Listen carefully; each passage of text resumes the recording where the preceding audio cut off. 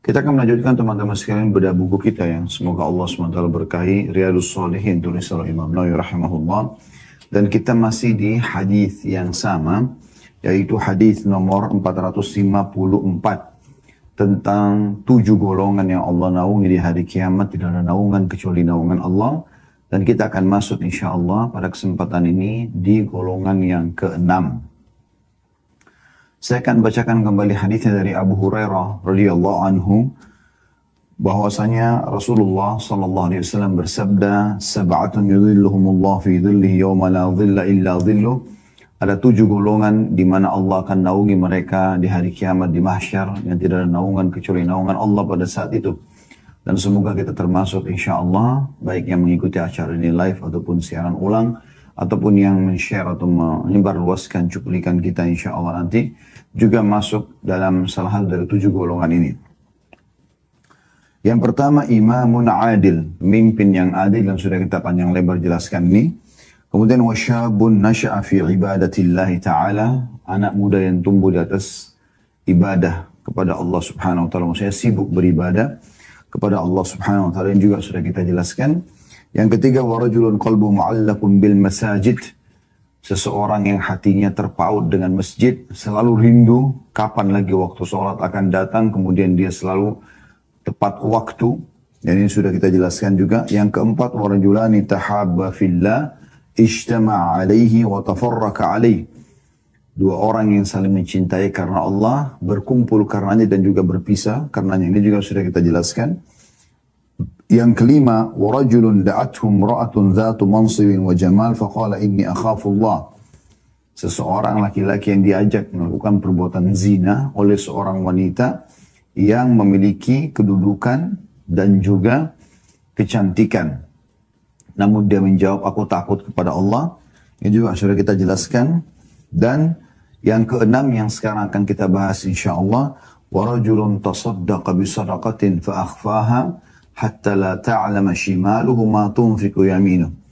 Seseorang yang bersedekah dengan tangan kanannya sampai-sampai tangan kirinya tidak tahu apa yang dikeluarkan. Akan kita panjang lebar jelaskan insyaAllah satu pertemuan khusus tentang masalah golongan ke-6 ini.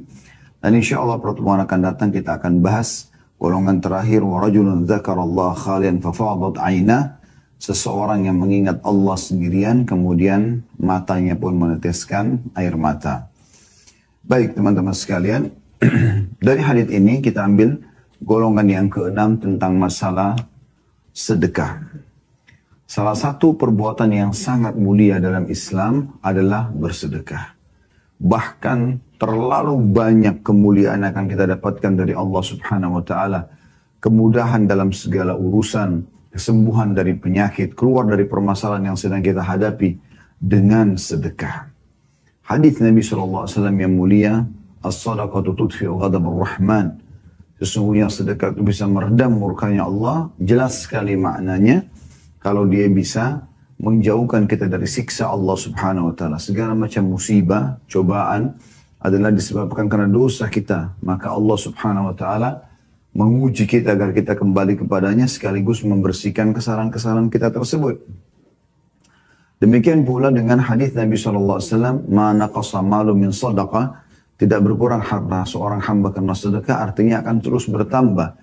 Yang bermakna, berarti kalau dia bersedekah, dia akan mendapatkan banyak balasan dari Allah subhanahu wa ta'ala. Ya, baik pahala maupun juga pelipat gandaan atau penggantian harta tersebut dalam bentuk berlipat ganda dari apa yang telah dia keluarkan. Jadi banyak sekali hal yang bisa didapatkan dengan sedekah. Oleh karena itu Allah subhanahu wa ta'ala menjadikan setiap muslim harusnya memiliki sifat dermawan, suka berbagi. Dan sedekah sifatnya umum, bisa dengan harta benda, ya, misalnya duit, emas, perak, bisa dengan pakaian, bisa dengan kendaraan, bisa dengan tanah diwakafin, bisa dengan rumah, ya, bisa dengan kata-kata, bahkan kalau orang tidak memiliki yang lainnya, ya, maka itu masuk dalam amar ma'ruf nahi munkar. Dalam sebuah hadis dijelaskan sebuah sedekah. Gitu. Dan ini adalah satu hal yang tidak boleh luput dari setiap orang di antara kita. Namun di sini kita sedang fokus dalam hadis tentang masalah sedekah harta. Makanya dikatakan seseorang yang bersedekah, ya, saking ya, rapinya dia, apa yang dikeluarkan oleh tangan kanannya tidak diketahui oleh apa yang sehingga tangan kirinya tidak mengetahui apa yang dikeluarkan oleh tangan kanannya. Tentu ini bahasa kiasan dari Nabi SAW. Kalau tangan kanan mengeluarkan, tangan kiri juga tidak tahu ya secara kasat mata manusia ya. Tapi ini bahasa kiasan. Artinya kalau tangan kirinya sendiri yang tidak bisa lepas dengan tangan kanan ini kan selalu berpasangan ya. Kanan dan kiri gitu. Berarti orang lain lebih pantas untuk tidak tahu. Dan ini bahasa isyarat agar seseorang itu ikhlas kepada Allah Subhanahu wa taala, tidak pamer, tidak riya, tidak ujub, berbangga-bangga sehingga semuanya ikhlas karena Allah Subhanahu wa taala. Ini yang kita akan titik beratkan. Dan teman-teman sekalian, bagi Anda yang belum mencoba resep ini, coba praktikin mulai sekarang. Setelah selesai materi ini, praktikin. Sedekah, teman-teman. Makin besar Anda sedekahkan di jalan Allah, maka makin besar rahmat Allah dan balasan akan datang. Itu pasti demi Allah. Tidak ada sesuatu yang dilakukan. Dan pada saat ini kita akan jelaskan beberapa statement para ulama salaf tentang pentingnya sedekah dan bagaimana pengaruhnya dalam kehidupan kita, dalam keseharian. Dan bagaimana juga banyak sekali yang kita bisa ambil pelajaran atau keutamaan-keutamaan dari sedekah dengan dalil-dalil yang jelas. Yang pertama, kita akan sebutkan statement Umar bin Khattab radhiyallahu anhu, di mana beliau berkata sesungguhnya amal itu saling berbangga-bangga diri. Dan sedekah berkata, saya adalah yang paling baik di antara kalian. Ini kata Umar. Umar bin Khattab memberikan gambaran seperti ini agar seseorang memahami. Di antara seluruh amal yang kita lakukan, ya, karena Allah Subhanahu wa taala, sedekah itu adalah amal yang paling besar di sisi Allah Subhanahu wa taala, karena orang mengorbankan apa yang telah dia kumpulkan selama ini, apa yang dia cintai, karena dia suka harta. Orang suka dengan uangnya, orang suka dengan emasnya, dengan peraknya, dengan harta yang dia miliki, tanahnya dan seterusnya. Kemudian juga Abdul Aziz bin Umair berkata rahimahullah, salat itu akan menyampaikan dirimu setengah perjalanan, puasa akan menyampaikan dirimu ke pintu sang raja Allah Subhanahu wa taala, sedangkan sedekah menyampaikan dirimu ke hadapan raja tersebut. Jadi begini mereka memahami tentang sedekah itu ya. Ada sedekah itu selalu di bagian depan. Umumnya orang kalau belum terbiasa dengan ibadah-ibadah, maka akan sulit sekali mereka bersedekah. Makin kuat dia beribadah kepada Allah Subhanahu wa taala, maka makin lunak hatinya dan ringan tangannya untuk mengeluarkan sedekah. Oleh karena itu sedekah bagi mereka tolok ukur tentang masalah kesempurnaan ibadah seseorang. Begitu juga Ibnu Abil Ja'ad rahimahullah berkata, sesungguhnya sedekah itu benar-benar menghilangkan 70 pintu keburukan. Musibah. Satu kali sedekah bisa menghilangkan ini. Demikian pula Yahya bin Mu'adz rahimahullah berkata, tidaklah saya mengetahui satu biji dari amal saleh yang bisa mengimbangi gunung, disilakan dengan gunung-gunung ya, seperti sedekah. Asy-Syu'bi berkata rahimahullah, barang siapa tidak memperlihatkan bahwa dirinya lebih butuh kepada ganjaran sedekah daripada fakir yang butuh kepada sedekah, maka dia membatalkan sedekahnya dengan memukul wajahnya sendiri dengannya. Maknanya apa? Kalaupun Anda bersedekah, maka pastikan Anda menanamkan dalam diri Anda lebih butuh mengeluarkan sedekah kepada fakir miskin daripada miskin itu butuh terhadap sedekah itu sendiri. Nah sekarang kan banyak yang terjadi kasus adalah orang berpikir penerima sedekah dari fakir miskin itu lebih butuh daripada dia. Ini keliru. Balik persepsi itu teman-teman sekalian. Kita yang butuh kepada fakir miskin karena dia mengambil sedekah kita. Perhatikan kata Al-Laythi bin Sa'ad rahimahullah, seorang ahli ibadah dari kalangan salaf dulu. Barang siapa yang telah mengambil dariku satu sedekah, aku memberikan sedekah atau hadiah, maka hak dirinya atas diriku lebih besar daripada hak diriku atas dirinya. Artinya dia lebih berhak untuk aku hormati, untuk aku terima kasih. Padahal aku yang bersedekah. Apa alasannya? Dia mengatakan karena dia, si penerima sedekah itu, telah menerima apa yang telah aku korbankan kepada Allah Subhanahu wa ta'ala. Jadi bukan karena kita lihat siapa yang menerimanya, tapi karena dia ada, kita bisa berkorban untuk Allah. Begitu kita harus tanamkan persepsi di benak kita, teman-teman sekalian. Kalau kita lebih butuh ya, daripada orang yang menerima sedekah, kita yang mengeluarkan sedekah ini lebih butuh kepada orang yang menerima sedekah tersebut. Jangan dibalik. Makanya para salafus saleh itu sangat memuliakan orang-orang yang datang mengemis. Karena pertimbangannya seperti Al-Laits rahimahullah tadi. Bagaimana mereka menganggap bahwasanya kalau ada orang menerima sedekahnya, berarti orang itu telah menerima apa yang dia persembahkan untuk Allah. Ini seperti sebuah fasilitas yang memudahkan agar Allah menerima amalnya. Bayangkan kalau Allah tidak datangkan orang miskin kepada kita. Atau tidak diberikan kesempatan ada orang yang butuh sehingga kita tidak tahu harus bersedekah di mana. Sebagian orang di daerah Timur Tengah tidak tahu harus bersedekah mana. Karena mereka tidak menemukan orang miskin, terpaksa memberikan kepada orang-orang kaya. Karena mereka tidak punya. Kita Masya Allah di Indonesia, Allah mudahkan. Hampir setiap, saya lihat di daerah Jakarta, saya tidak tahu daerah lain, tapi umumnya insya Allah mirip. Hampir setiap berapa meter kita jalan teman-teman. Kalau kita lihat kiri kanan di jalan raya, ada saja orang yang bisa kita bersedekah padanya. Berarti itu kantong-kantong amal soleh yang Allah siapkan buat kita. Hampir ada saja masjid yang meletakkan kotak amal mengumpulkan sedekahnya. Di setiap masjid ada kotak amal, Anda mampir sholat, Anda bisa bersedekah setiap saat. Anda bisa bersedekah dengan tetangga-tetangga. Begitu banyak di kota metropolitan kayak Jakarta, di jalan-jalan protokol besar, mungkin rumah-rumah besar. Tapi di belakang rumah-rumah besar itu kita temukan banyak sekali masyarakat yang membutuhkan. Jadi tinggal dia kembali ke belakang rumahnya, sudah bisa bersedekah. Fudail bin Iyad berkata rahimahullah, seorang tabi'in yang masyhur, ya, kepada orang yang menerima sedekahnya, dia kasih orang terima sedekahnya. Lalu dia mengatakan kepada orang-orang di sekitarnya, mereka ini, orang yang terima sedekahnya, membawa perbekalan kita menuju ke akhirat. Dengan diambil itu, tanpa upah sedikit pun. Tanpa upah sedikit pun. Hingga mereka meletakkannya di atas timbangan di hadapan Allah subhanahu wa ta'ala. Perhatikan, Fudail bin Iyad berpikir apa? Yang saya kasih ini sebenarnya bukan manfaatnya buat orang yang ambil tadi. Karena uang yang dia ambil hanya diberikan makanan, diberikan pakaian, selesai. Tapi kita memiliki nilai yang berlipat ganda dari apa yang kita sedekahkan melalui orang itu yang akan kita terima di timbangan amal hari kiamat. Renungi baik-baik ini teman-teman. Ini penting sekali. Kalau persepsi ini dari semua pertemuan kita yang kita bahas 1 jam ini insya Allah, Anda sudah bisa tanamkan di benak Anda, dan Anda sudah ubah persepsi Anda, ternyata kita lebih butuh untuk bersedekah daripada orang miskin yang menerima, itu sudah cukup buat saya. Tanpa harus kita bahas panjang lebar. Bagaimana kalau Anda lebih memahami lagi dengan dalil-dalil dan keutamaan yang akan kita sebutkan sebentar lagi insya Allah. Ini yang tanamkan teman-teman. Maka kejar orang-orang miskin itu. Anda yang butuh kepada mereka.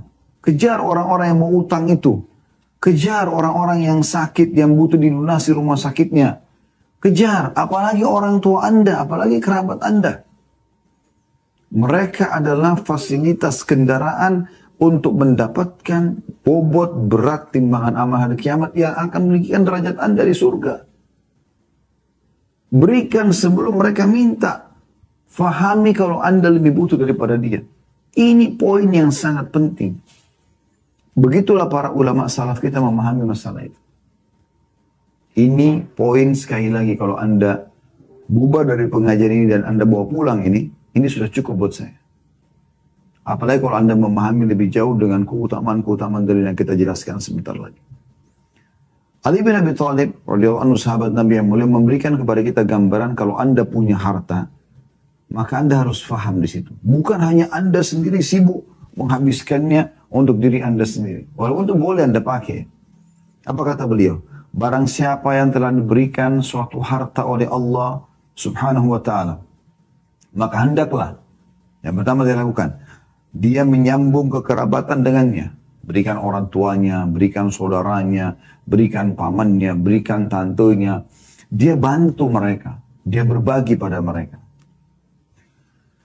Kemudian memperindah jamuan untuk tamunya.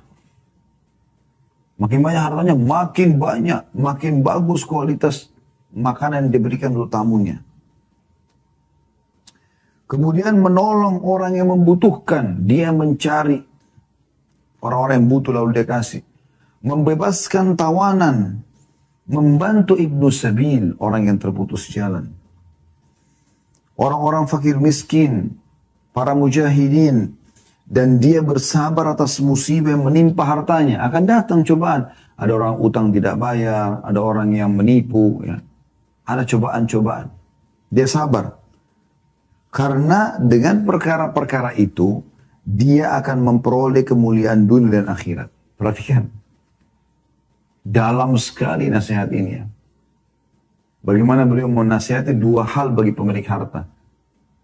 Berikan yang terbaik kepada kerabat, kepada tamu, kepada orang miskin, kepada mujahidin, kepada orang-orang terputus jalan, ya, orang yang tertimpa masalah, ya, seperti ditawan dalam peperangan, dibebasin. Satu sisi yang lain dia sabar terhadap hartanya, karena ada cobaan. Tidak ada orang tidak diuji dengan cobaan. Sepintar apapun dia, sekaya apapun dia, pasti akan ada saja celah di mana dia akan ditipu oleh orang. Cobaan terhadap harta ada. Dia bersabar, dia akan dapat kemuliaan dunia dan akhirat. Kemudian Abu Hatim rahimahullah memberikan statement. Ini semua bahasa-bahasa mereka agar kita memahami kedudukan sedekah itu seperti apa. Beliau mengatakan bakhil, pelit, tidak mau bersedekah itu adalah sebuah pohon di neraka. Sedang ranting-rantingnya ada di dunia. Maka barang siapa yang bergelantungan pada salah satu dari ranting-ranting itu, niscaya ia akan menjerumuskannya ke dalam neraka. Pelit, nggak mau memberi. Ah, ini kayaknya orang masih mampu, ini orang masih kuat, itu anak pinjaman, itu pura-pura saja. Tugas kita pada saat sedang ada kesempatan, ya, untuk mengeksekusi, menjalankan, aplikasikan dalam kehidupan. Maksudnya, ada orang minta, tugas kita bukan sedang mencari tahu tentang dia benar atau tidak. Ya. Nggak perlu. Dia datang, dia mengatakan, minta beri kepada saya. Kata Nabi SAW, yadul ulya, khairu yadul sufla. Tangan yang di atas memberi lebih baik daripada tangan di bawah. Walaupun yang minta itu orang kaya. Kasih saja. Dia bohong, urusan dia sama Allah. Ingat kaidah sederhananya hadis Nabi SAW, innamal a'malu bin niyat. Semua sesuai dengan kadar niat seseorang. Kita niat sedekah, kita dapat pahala sedekah. Makin ikhlas, makin besar pahalanya. Orang yang menerima, kalau dia benar, dia dapat haknya. Kalau dia menipu, dia akan dihukum oleh Allah. Kalau ada orang datang membawa kepada kita, surat rumah sakit, anaknya sakit. Kita beri sesuai dengan niat kita. Ternyata, dia bohong, anaknya gak sakit. Kita terlanjur beri. Tidak usah mengatakan, oh saya menyesal. Nggak ada menyesal. Nggak ada hubungannya kita dengan penipuan dia.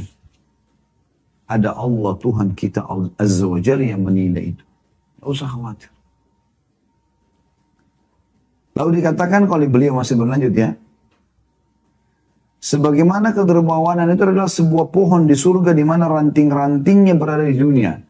Dan barang siapa yang bergelantungan pada salah satu dari ranting-ranting itu, niscaya ia akan membawanya ke surga. Dan surga itu adalah tempat orang-orang dermawan. Makin dermawan Anda, maka makin mudah Anda menuju ke surga Allah subhanahu wa ta'ala. Ya.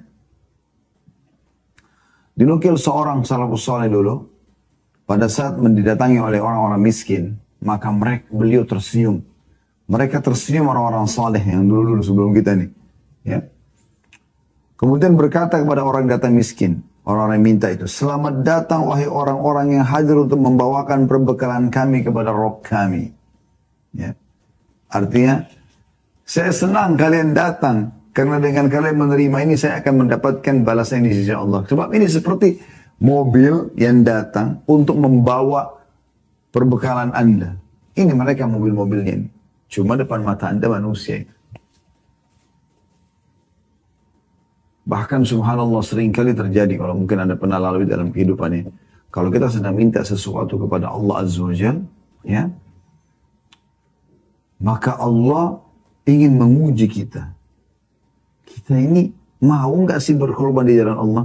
Kita lagi butuh sekali kesembuhan penyakit. Kita lagi butuh sekali modal usaha. Kita lagi butuh sekali biaya untuk ini dan itu misalnya. Ya. Bisa kita minta ya Allah mudahkan, ya Allah mudahkan. Yang terjadi, tiba-tiba ada orang yang telepon kita butuh bantuan. Kalau kita pakai akal manusia, kayaknya saya juga butuh nih. Tapi orang itu minta gitu. Siapa yang gerakin dia untuk minta? Ternyata teman-teman sekalian, bahasa rahasianya di sini adalah kalau Anda beri di sini, di sana connect. Coba berikan yang sedang minta ini, maka di sana akan selesai urusannya. Itu kata kuncinya sebenarnya. Baik teman-teman sekalian, kita akan coba lihat bagaimana keutamaan sedekah itu sendiri. Karena memang setiap kali kita membahas tentang sebuah ibadah, agar kita termotivasi mau mengerjakannya, maka ketahui keutamaannya, fadilahnya, janji-janji Allah. Dan Allah benar dengan janjinya. Ya. Allah itu la yukhliful mi'ad, tidak akan pungkiri janjinya. Wa man asdaqu minallahi qila, siapa yang lebih jujur daripada Allah? Janji pertama Allah orang bersedekah teman-teman. Pensucian dan pembersihan jiwa. Bersih penyakit-penyakit jiwa kita. Bersih jadi suci jiwa ini. Nggak sering berpikir buruk. Allah menggambarkan dalam surah At-Taubah ayat 103. A'udzu billahi minasyaitonir rajim. Khudh min amwalihim shadaqatan tutahhiruhum wa tuzakkihim biha wa shalli 'alaihim. Inna salataka sakanun lahum wallahu sami'un alim. Ambillah zakat, sedekah dari sebagian harta mereka, hai Muhammad. Dengan zakat itu kamu membersihkan dan mensucikan mereka. Allah yang menjadikan begitu. Bersih suci dari segala macam penyakit, segala macam permasalahan. Dan berdoalah untuk mereka. Sesungguhnya doamu itu menjadi ketentraman bagi jiwa mereka dan Allah maha mendengar lagi maha mengetahui. Kata ulama, makna tutahhiruhum, engkau membersihkan mereka, maksudnya adalah membersihkan dari dosa-dosa mereka dan dari kikir jiwa mereka. Itu maknanya. Jadi bersih dari kita penyakit-penyakit hati. Itu dengan sedekah. Yang kedua, sedekah itu sendiri berpahala dan bentuk ketundukan dan kepatuhan kepada Allah SWT. Atau bahasa sederhana adalah ibadah. Karena memang Allah Subhanahu Wa Taala memerintahkan kita untuk itu, ya, untuk bersedekah. Gitu. Banyak sekali dari berhubungan dengan masalah itu, misalnya dalam surah Ibrahim ayat 31. A'udzu billahi minasyaitonir rajim. Qul li'ibadiyalladzina amanu yuqimus salata wa yunfiqu mimma razaqnahum sirran wa alaniyatan min qabli an ya'tiya yawmun la bay'un fihi wala khilal. Katakan kepada hamba-hambaku hai Muhammad yang telah beriman. Apa perintah Allah? Apa perintah Allah secara khusus kepada Nabi Muhammad SAW yang disuruh sampaikan kepada hamba-hamba yang beriman. Yang beriman tersentuh di sini. Hatinya, ya. Dia akan mencerna dengan fikirannya untuk bisa mengaplikasikan dalam kehidupannya. Apa pesan Allah dari 1400 tahun yang lalu dan akan berlaku sampai menjelang hari kiamat? Ya. Hendaklah mereka mendirikan sholat. Jaga sholat 5 waktumu itu. Setelah itu ya Allah, dan menafkahkan atau bersedekah sebagian rezeki yang kami berikan kepada mereka. Baik secara sembunyi ataupun terang-terangan. Di sini terang-terangan bukan riak ya. Sembunyi maksudnya apa? Ada orang dia tidak lihat tetap aja dia sedekah. Dia sembunyikan. Dan dia tidak cerita-cerita pada orang, oh saya sudah bantu si fulan, sudah bantu si fulan. Tidak ada. Atau terang-terangan misalnya, ada orang minta di pinggir jalan. Kita terpaksa apa boleh buat kasih. Anda lagi haji dan umroh. Di Mina, di Arafah, ada yang minta. Kalau kita tidak mau kasih karena takut riak, maka kita tidak akan memberikannya gitu kan. Karena terpaksa memang tempatnya di tempat umum. Atau tiba-tiba kita lagi dulu dalam sebuah majelis ada orang datang minta berikan. Maka di sini kita boleh berikan. Ini bukan riya. Karena memang keadaannya gitu kan. Riya itu dia sengaja nunggu orang baru kemudian dia sedekah. Kata Allah sebelum datang hari kiamat. Yang pada hari itu tidak ada lagi jual beli dan tidak ada persahabatan. Tidak bisa lagi. Tidak laku lagi rupiah, dolar, real, euro. Nggak ada lagi. Nggak berlaku sudah. Sekarang di sini saatnya. Begitu juga dalam firman Allah Subhanahu wa taala yang lain dalam surah Al-Baqarah ayat 254 ya. Yang bunyinya a'udzubillahi minasyaitonir rajim ya ayyuhalladzina amanu anfiqu mimma razaqnakum min qabli an ya'ti yawmun la bay'un fihi wala khillatun wala syafa'ah wala khullatun wala syafa'ah wal kafiruna humudz zalimun. Hai orang beriman. Yang dipanggil orang beriman ini. Belanjakan atau keluarkan di jalan Allah sebagian dari rezeki. Bukan semuanya, sebagian. Sebagian dari rezeki yang telah kami berikan kepadamu sebelum datang hari yang pada hari itu tidak ada lagi jual beli dan tidak ada lagi syafaat. Dan orang-orang kafir itulah orang-orang yang zalim. Allah suruh itu. Dalam surah Al-Munafiqun ayat 10. Allah Subhanahu wa taala menyampaikan kepada kita agar jangan nyesal. Selalu nunda-nunda. Numpuk dari kening harta tersebut. Tidak pernah berpikir kalau dia bisa mati seketika. Lalu dia menyesal. Allah sudah kasih gambaran. Renungi baik-baik firman Allah ini. Jadikan selalu terngiang di kuping kita. Agar kita tidak pernah perhitungan lagi saat bersedekah di jalan Allah. Perhatikan Allah katakan kekal ditelawakan orang yang beriman sampai hari kiamat. Surah Al-Munafiqun ayat 10. A'udzu billahi minasyaitonir rajim wa anfiqu mimma razaqnakum min qabli an ya'ti ahadakumul maut. Min qabli an ya'ti ahadakumul maut fayaqul rabbi laula akhartani ila ajalin qaribin fa asaddaqa wa akum minas salihin. Dan segera belanjakan, sedekahkan sebagian dari apa yang telah kami berikan kepadamu sebelum datang kematian kepada salah seorang di antara kamu. Lalu dia berkata, sudah lihat malaikat maut, ya, udah nggak ada lagi gunanya rumah dia mau di Menteng kah, mau di daerah manakah yang termahal, atau mobil dia mewah kah, sudah nggak ada lagi, di ranjang kematian tinggal dia dengan malaikat maut. Baru dia mengatakan, ya Rabbku, wahai Tuhanku, mengapa engkau tidak menangguhkan kematianku sesaat saja, sampai waktu dekat, sesaat saja. Untuk apa?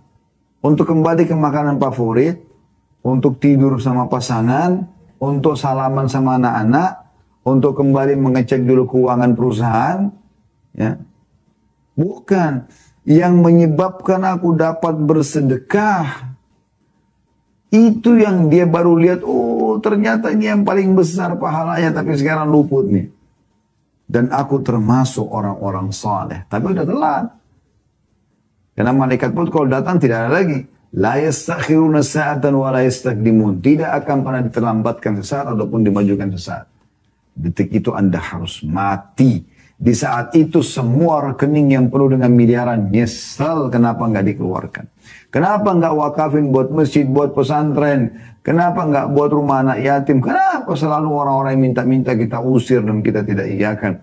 Mana kerabat yang kesian terlilit utang. Orang-orang yang sakit butuh dilunasi rumah sakitnya dan seterusnya. Yang ketiga yang Anda bisa dapatkan. Tentu di sini ada juga hal yang penting teman-teman dalam surah Al-Baqarah. Insya Allah nanti kalau ada waktu, masih ada sisa waktu, kita akan coba bacakan beberapa ayat Al-Quran dalam surah Al-Baqarah supaya jadi tolak ukur dalam masalah sedekah ya. Insya Allah. Mungkin nanti di akhir di penutupan insya Allah. Yang ketiga, seorang mukmin berada dalam naungan sedekahnya di hari kiamat kelak. Di mana nanti pada saat orang sudah di mahsyar, susah sekali, panas. Sampai dalam hadis dikatakan jarak antara manusia dengan matahari cuma 1 mil. Bisa 1 mil yang jarak, yang 1,5 kilometer kurang lebih. Atau kata perawi hadis tentang masalah mil ini, itu adalah orang Arab kalau mau pakai celak ya, ada kayunya atau alat yang digosok di mata. Pas sudah dekat sekali dengan mata itu dikatakan dengan 1 mil. Sampai orang tenggelam dengan keringatnya sendiri. Tergantung kadar dosanya. Ada yang sampai mata kaki, ada yang sampai lutut, ada yang sampai perut, ada yang sampai ya mulutnya tenggelam sampai Nabi SAW berikan isyarat dengan tangan beliau seperti ini. Dan ini kita sedang membahas tentang 7 golongan yang Allah naungi kan. Nah ini perlu digarisbawahi. Apa kata Nabi SAW dalam sebuah hadits diriwayatkan oleh Uqbah bin Amir radhiyallahu anhu, "Kullu imri'in fi dhilli sadaqati hatta yusala bainan nasi au yuhkamu bainan nas." Setiap orang akan dibawa naungan sedekahnya. Sedekah akan selalu melindungi dia. Ya, hingga manusia selesai diadili oleh Allah. Atau riwayat lain hingga keputusan di antara manusia telah selesai diadili oleh Allah. Yang ini disebutkan Ibnu Khuzaimah dan dikatakan sahih sesuai dengan syarat Imam Muslim. Abul Khair mengatakan, seorang perawi hadis, tidaklah suatu hari diriwayatkan melainkan dia bersedekah. Ya. Atau seseorang mengatakan tentang tidaklah lewat waktu bagi Abu Khair sehari saja kecuali dia bersedekah walaupun hanya dengan sepotong kue atau sebutir bawang. Yang penting hari itu tercatat dia bersedekah. Ya. Begitu juga dinukil Abdullah bin Umar radhiyallahu bersedekah sehari walaupun dengan sepotong bawang. Dan saking cintanya mereka dengan sedekah sampai para sahabat itu bersedekah luar biasa. Mereka betul-betul tidak lagi punya nilai.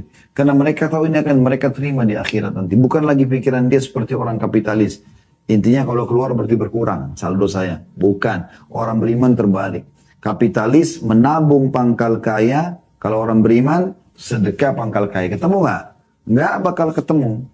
Karena orang yang kapitalis itu selalu berpikir nabung terus. Sehingga yang ada adalah sifat bakhil. Sudah kita jelaskan dari perkataan yang jelas ya. Dari Abu Haytham ya. Yang mengatakan tentang masalah bakhil adalah sebuah pohon di neraka gitu kan. Abu Hatim tadi menyampaikan itu ya. Kemudian yang keempat teman-teman sekalian, sedekah akan menghindarkan dari musibah dan menjauhkan dari kematian yang buruk. Sebagaimana hadis Abu Umamah radhiyallahu anhu bahwasanya Rasulullah sallallahu alaihi wasallam bersabda, "Sana'ul ma'rufi taqiyu masari as-su, wa sadaqatus sirri tudfi'u ghadabur rabb, wa silatul rahim tazidu fil umr." Perbuatan-perbuatan baik akan menghindarkan dia dari pintu-pintu keburukan. Sibuk dengan amal saleh, kita akan jauh dari dosa. Sedekah yang tersembunyi, suka memberikan tapi orang tidak diceritakan sama dia, akan memadamkan amarah Rabb. Jadi nggak ada sesuatu yang bisa membuat Allah marah sama kita sehingga menghukum kita karena kita sering bersedekah. Dan menyambung silaturahim akan menambah umur. Hadis disebutkan dengan sanad hasan oleh Al-Tabarani dalam kitab Al-Kabir. Ibnu Abil Ja'ad, tadi kita sudah sempat sebutkan sedikit statementnya, kita ulangi lagi. Beliau mengatakan sungguhnya sedekah itu menghindarkan dia dari 70 pintu keburukan. Dan juga bahkan bisa menyelamatkan hamba dari kematian buruk atau su'ul khatimah. Berdasarkan hadis Nabi SAW dari Anas bin Malik radhiyallahu anhu, "Inna as-sadaqata la tudfi'u ghadabar rabbi wa tadfa'u an mitatis su'." Sesungguhnya sedekah itu dapat memadamkan amarah Rabb dan menghindarkan diri dari kematian yang buruk. Kematian yang buruk. Ibnu Al-Arabi Al-Maliki rahimahullah berkata, hakikat dari kematian buruk adalah kematian dalam kondisi kemaksiatan. Jadi dengan sering bersedekah kita tidak akan mati dalam keadaan bermaksiat. Al-Mubarakfuri berkata, Al-Iraqi berkata, secara zahir, maksud kematian yang buruk ialah kematian di mana Rasulullah SAW berlindung kepada Allah darinya. Berupa hancur, jatuh, tenggelam, kebakaran, tergoda syaitan saat menghadapi maut, dan juga terbunuh saat lari dari medan perang. Semua itu akan selamat hanya dengan bersedekah. Dan sedekah ini subhanallah Allah Maha Adil. Allah akan melihat kualitas dia, niatnya, seberapa ikhlas dia untuk Allah kabulkan, dan Allah akan menilai kuantitasnya secara jumlah sesuai dengan kadar perbuatan orang tersebut, keadaan orang tersebut. Misal gini, Anda punya cuma 10.000 rupiah, nggak ada lebih daripada itu. Lalu Anda bersedekah dengan 10.000 rupiah semuanya. Allah akan menganggap atau mencatat Anda bersedekah dengan seluruh harta Anda. Dibandingkan dengan orang yang punya 100 juta, tapi dia cuma sedekah 10.000 rupiah. Maka dia bukan dihitung bersedekah seluruh harta, walaupun nilai, ya, atau dia keluarkan 1 juta rupiah. Bukan lagi nilai 1 jutanya Allah lihat, dari total nominal harta dia yang dia miliki. Itu terjadi di zaman Nabi SAW. Ada orang bersedekah 1 dirham, ada yang 100 dirham. Maka Nabi SAW memuji orang 1 dirham, karena dia tidak punya kecuali itu dia sedekah, sementara yang bersedekah 100 dirham memiliki sekian juta, sekian ribu dirham. Jadi nominal yang Allah lihat dan dari sesuai dengan keadaan orang tersebut. Itu kemahaadilan Allah Subhanahu wa Ta'ala. Maka jangan pernah berpikir, oh saya masih miskin, mungkin saya kalau sedekah 10.000 beda dong sama orang itu 1 juta. Tidak, insya Allah. Ya. Yang kelima, sedekah adalah bukti atas keimanan yang benar. Jadi kalau orang sudah mau suka bersedekah dan dia tidak perhitungkan lagi, berarti bukti iman dia luar biasa. Kalau Anda masih jalan sama seseorang dan masih perhitungan, bantu nggak ya, nggak usah. Ini berarti masih diragukan masalah kesempurnaan imannya. Sesuai dengan hadis Nabi SAW, at-tuhuru syatrul iman. Bersuci itu sebagian daripada iman. Selalu bersih dari najis, rapi, bersih, wangi. Ini bagian daripada iman. Walhamdulillah tamla'ul mizan. Dan mengucapkan alhamdulillah akan memenuhi timbangan amal. Wa subhanallah walhamdulillah tamla'ani atau tamla'u ma baina samawati wal ard. Dan mengucapkan subhanallah dan alhamdulillah, keduanya akan memenuhi, terpenuh, akan dibalas pahala, yang pahala itu akan memenuhi antara langit dan bumi. Kemudian wassalatu nur, dan salat itu adalah cahaya. Wassadaqatu burhan, dan sedekah itu adalah bukti nyata atas iman seseorang, kata Nabi SAW. Ini saksi bahasan kita. Wassabru dhiya, sabar itu pelita hidup. Wal Qur'anu hujjatun laka aw alaik, Quran itu bisa menjadi penolongmu atau justru menjadi penyebab kau dihukum karena kau tidak mengamalkannya. Kullu nafsin yaghdu faba'i'u nafsahu famu'tiquha aw mubikuha. Maka setiap orang, setiap jiwa itu ya menjual dirinya. Berusaha dan menjual dirinya. Maka di antara mereka yang membebaskan dengan kebaikan dan ada yang menghancurkan dengan dosa dan kemaksiatan. An-Nawawi rahimahullah mengatakan, arti daripada burhan atau bukti nyata ialah bahwa sedekah itu hujjah dan dalil atas keimanan pelakunya. Karena seorang munafik tidak melakukannya, karena ia tidak meyakini keutamaannya. Lalu barang siapa bersedekah, maka dapat diambil sebagai bukti kebenaran imannya.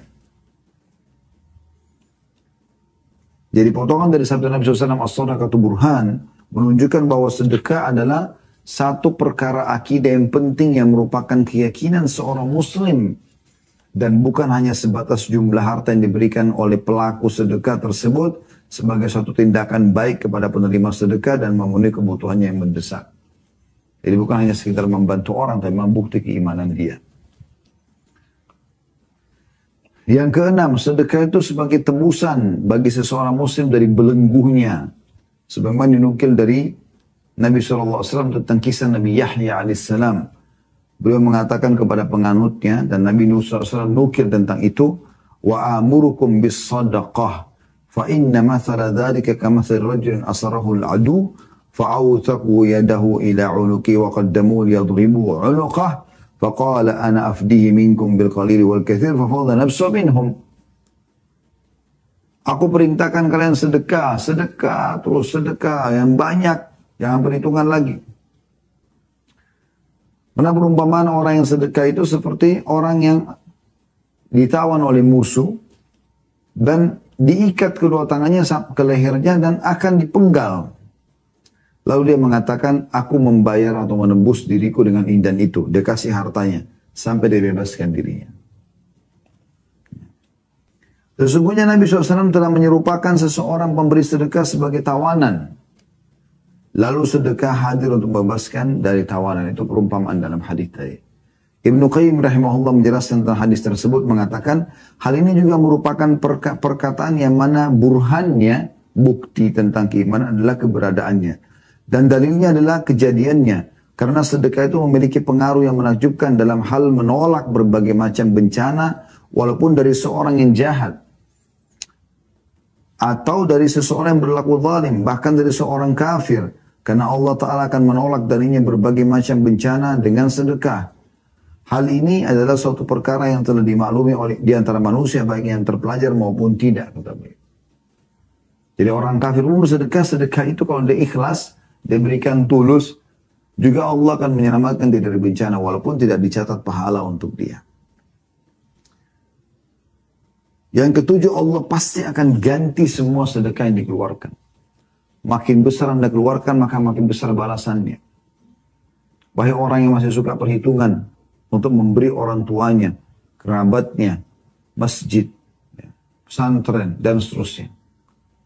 Lawan itu dari syaitan. Sedekahkan yang terbaik. Ingin dapat ikan paus, gunakan kapal tanker. Kaya kecil tidak akan bisa.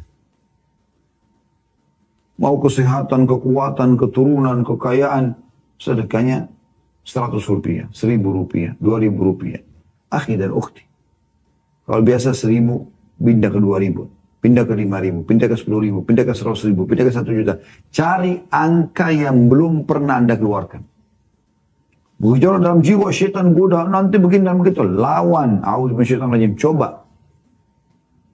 Praktekin resep. Allah menjanjikan pasti menggantinya. Dan demi Allah benar ini. Saya sumpah atas Allah ini benar. Perhatikan dalam surah Saba ayat 39. Allah pastikan surah Saba ayat 39.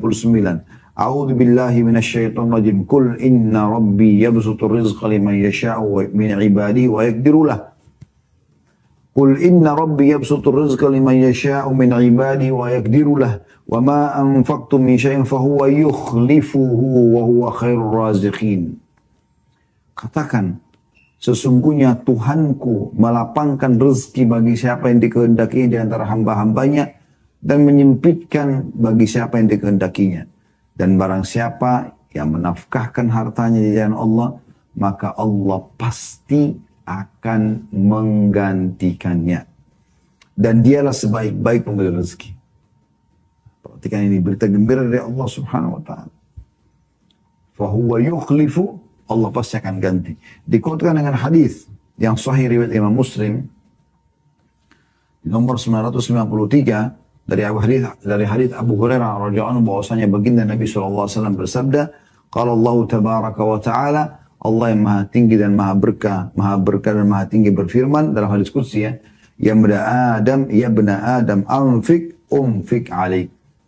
Wahai anak Adam, berinfak dulu di jalanku, sedekah dulu, baru aku berinfak kepadamu. Juga dalam hadis Nabi SAW, jangan lewatkan satu hari kecuali ada sedekah ya. Karena hadis ini mulia. Kita akan mendapatkan doa malaikat. Kata Nabi SAW, ma min yawmin yusbihu al-ibadu fihi illa wa malakani yanzilani fayaqul. Tidak ada satu pagi pun di mana seorang hamba hidup di pagi itu, kecuali di pagi itu ada dua malaikat yang Allah turunkan dan berkata, fayaqulu ahaduhuma, salah satunya berkata, Allahumma a'ti munfikan khalafa. Ya Allah, berikanlah orang yang suka bersedekah atau bersedekah ganti rezeki yang luas. Wa yaqulul akharu Allahumma a'ti mumsikan talafa. Yang satu lagi mengatakan, ya Allah, binasakanlah orang yang kikir, yang tidak bersedekah. An-Nawawi berkata rahimahullah tentang masalah potongan dan binasakanlah orang yang bakhil. Kata beliau, para ulama berkata, infak tersebut adalah dalam ketaatan, akhlak-akhlak terpuji dan untuk keluarga juga tamu. Sedekah-sedekah dan sebagainya yang tidak tercela dan tidak berlebihan, sedangkan menahan diri dari infak yang tercela adalah menahan diri hal tersebut. Lalu beliau mengatakan, ya Allah, makna daripada ya Allah berikanlah kebinasaan kepada orang-orang fakir, ya. Kata Ibnu Hajar, ya maaf, ini perkataan Nawawi tadi sudah selesai ya. Rupanya Nawawi cuma mengatakan yang dimaksud dengan berinfak ini adalah berinfak pada hal yang baik ya. Masalah potongan hadis dan binasakanlah harta atau binasakanlah orang yang bakhil atau pelit ya, tidak bersedekah, kata Ibnu Hajar, ini perkataan lainnya. Jadi bukan perkataan An-Nawawi. Ibnu Hajar berkata, adapun doa untuk kehancuran mengandung dua makna. Makna hancurnya harta itu sendiri yang sudah dikumpulkan dan makna juga hancurnya jiwa orang tersebut. Yaitu maknanya dalam sekali. Yang kedelapan, pahala sedekah tidaklah terputus dari pemberinya setelah kematian. Apalagi kalau dia sedekah yang rutin ya, yang jariah, yang sifatnya memang berjalan terus ya. Sesuai dengan hadis Nabi SAW. Hadis ini diriwayatkan Imam Muslim. Kata Nabi SAW, "Idza mata ibnu Adam, inqata'a 'amalu illa min thalath." Kalau anak Adam meninggal dunia terputus sumber pahalanya kecuali dari tiga. Sedekatin jariyah, sedekah yang terus bergulir. Sumur, jembatan, wakaf tanah buat masjid, rumah anak yatim, pesantren dan seterusnya. Aw ilmin yuntafa'u bihi, atau ilmu yang bermanfaat. Aw waladin salihin yad'u lah, atau anak saleh yang mendoakannya. Ya, oleh karena itu di sini sedekah ya kita rutinkan memberikan kepada orang, apalagi yang sifatnya jariyah. Kemudian sedekah juga yang kesembilan bisa menghapus dosa-dosa, kesalahan-kesalahan. Dosa ini penghambat rezeki, penghambat fasilitas dari Allah Subhanahu wa taala. Sesuai dengan hadis Muadz bin Jabal radhiyallahu anhu, di mana beliau berkata bahwasanya Rasulullah sallallahu alaihi wasallam bersabda dalam hadis Tirmidzi dan disahihkan oleh Syekh Albani. Kata Nabi SAW, "As-sadaqatu tudfi'ul khati'ah kama yudfi'ul ma'un nar." Sedekah itu bisa menghapus kesalahan, menghapus dosa-dosa sebagaimana air memadamkan api. Sebagaimana air memadamkan api. Jadi ini luar biasa gitu manfaat-manfaatnya ya. Kemudian yang kita bisa ambil juga yang ke-10 ya. Yaitu dia bisa menyembuhkan penyakit. Ya. Sebagaimana hadis yang disebutkan oleh Abdullah bin Umar al-Anuma bahwasanya Rasulullah SAW bersabda, "Dawu mardakum bis sadaqah wa hassinu amwalakum biz zakah wa iddu lil bala'i du'a." Obatilah orang-orang sakit di antara kalian dengan sedekah. Bentengilah harta kalian dengan zakat dan siapkan doa untuk menghadapi musibah. Dikeluarkan oleh Baihaqi dalam Sunan Al-Kubra. Gitu. Dan juga Al-Albani menyatakan hasan dalam Sahih Al-Jami' Al-Saghir. Al-Khatib Al-Baghdadi juga menyebutkan dalam Tarikhul Baghdad. Ya. Tapi hadis ini dihasankan oleh Syekh Albani. Ya. Dan ini juga termasuk teman-teman sekalian hal yang mendasar sekali yang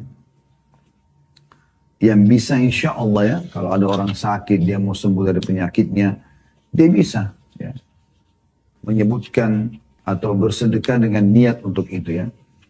Kemudian yang terakhir yang ke-11 adalah hal yang luar biasa, dan ini riwayat disebutkan oleh Abu Hanifah dalam musnad beliau. Beliau juga punya musnad hadis ya.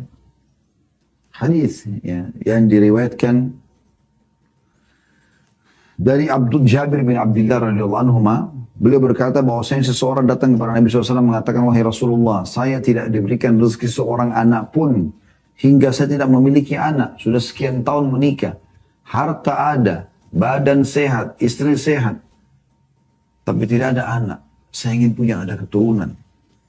Sudah berusaha ikhtiar sana sini, belum juga dikasih oleh Allah." Maka kata Nabi SAW hadis yang mulia, "Fa'aina anta min kathratil istighfari wa kathratil sadaqah turzaku bihima." Di mana kamu dari memperbanyak istighfar, memperbanyak ya, bukan cuma astagfirullah 1-2 kali, memperbanyak istighfar terus panjang, dia butuh hajat sampai Allah kabulkan hajatnya, dan juga sedekah yang dengan keduanya engkau pasti akan diberikan rezeki. Istighfar sedekah, terus. Dikatakan dalam riwayat ini, dan laki-laki tersebut akhirnya memperbanyak istighfar. Dirutinkan dan juga rutinkan sedekah. Maka Jabir mengatakan, dan laki-laki tersebut diberikan oleh Allah 9 anak laki-laki setelah dia amalkan apa yang baginda Nabi SAW perintahkan tadi. Ini luar biasa.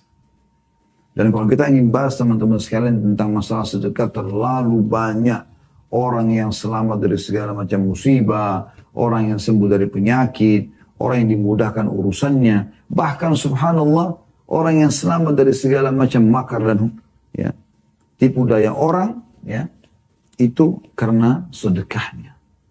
Jadi sedekah itu manfaatnya sangat besar.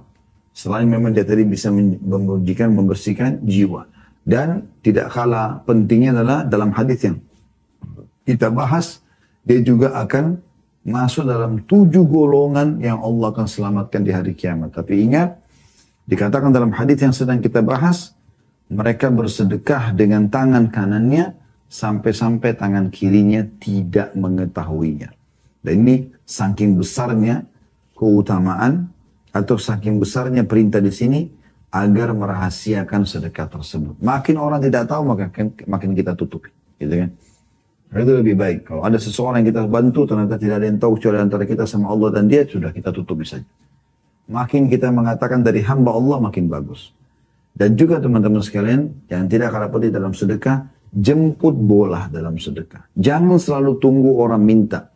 Orang tinggal di sebuah komplek yang elit, yang eksklusif, extra security sampai 24 jam, sekian orang security yang menjaga, tidak akan bisa ada orang miskin yang masuk dalam bola. Lalu kapan Anda bersedekah? Ya. Maka Anda yang jemput bola. Perhatikan tadi di awal pembukaan sudah kita sampaikan perkataan salafus saleh. Mereka menyambut para orang yang mau menerima sedekah sambil mengatakan selamat datang, ya, selamat datang orang-orang yang akan membawa bekal-bekal kami ke hadapan Tuhan kami Allah Subhanahu wa taala. Oleh teman-teman sekalian, perhatikan baik-baik tentang masalah ini, jangan sampai luput dari kita insya Allah bahwasanya kita, ya, rutinkan sedekah dan jemput bola serta ingat lakukan yang terbaik. Sekarang kita coba, sebagaimana tadi saya sempat janjikan ya, melihat beberapa ayat dari surah Al-Baqarah dan saya coba akan pastikan tepat ayatnya ya. Ya, Anda bisa lihat di ayat Al-Baqarah, ayat surah nomor 2, ayat 261. Silakan buka ya, saya minta Anda ikutin ayat-ayat ini. Beberapa ayat kemudian Allah sebutkan tentang sedekah. Tadi sudah saya janjikan, di awal kita akan baca insya Allah untuk melengkapi tentang motivasi kita agar kita mau bersedekah dan tidak ragu lagi dengan sedekah tersebut. Perhatikan Al-Baqarah surah nomor 2 ayat 261. Saya harap Anda semua tidak satu pun yang ikuti acara ini kecuali membuka ya, supaya Anda tadabburi ini. Dengarkan. A'udzu billahi minasyaitonir rajim. Mathalul ladzina yunfikuna amwalahum fi sabilillahi kamathali habbatin ambatat sab'a sanabil.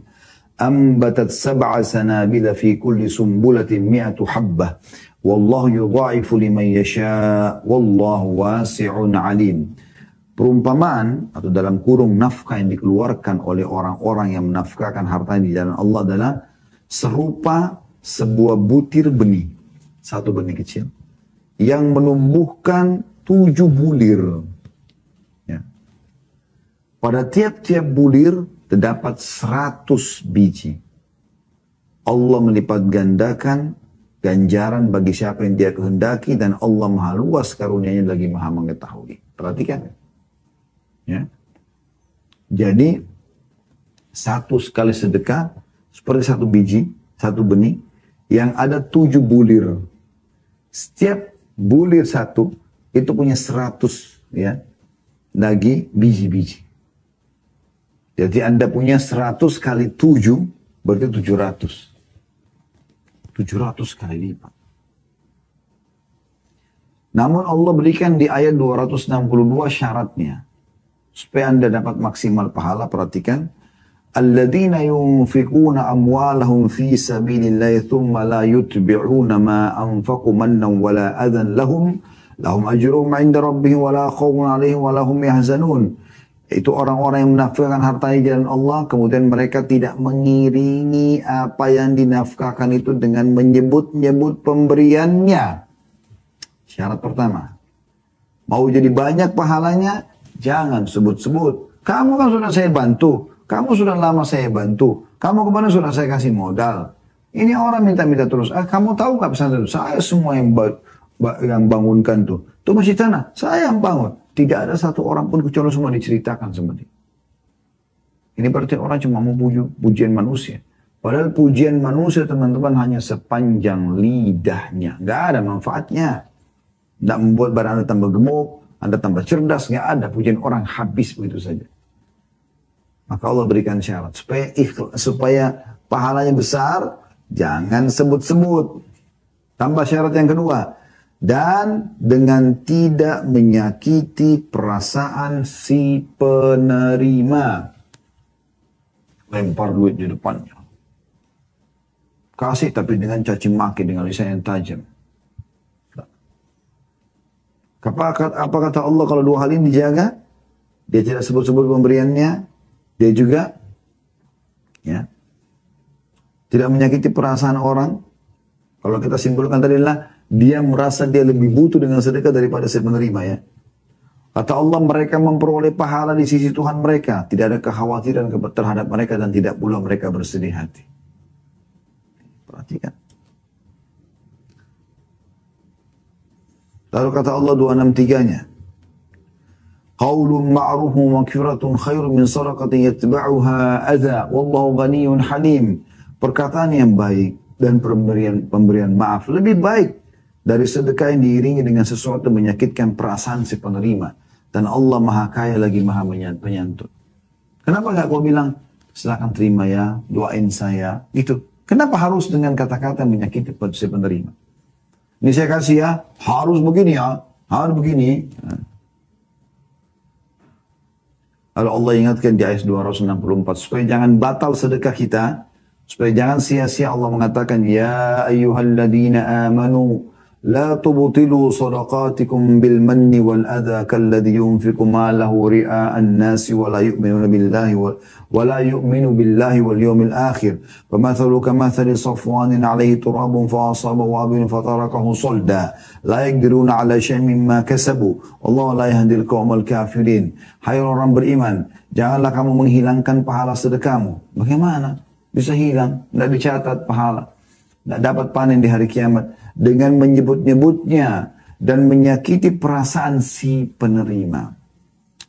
Seperti orang yang menafkahkan hartanya karena riya kepada manusia dan dia tidak beriman kepada Allah hari kemudian. Maka perumpamaan orang itu seperti batu licin yang di atasnya ada tanah, kemudian batu itu ditimpa hujan lebat, lalu menjadilah dia bersih atau tidak bertanah lagi.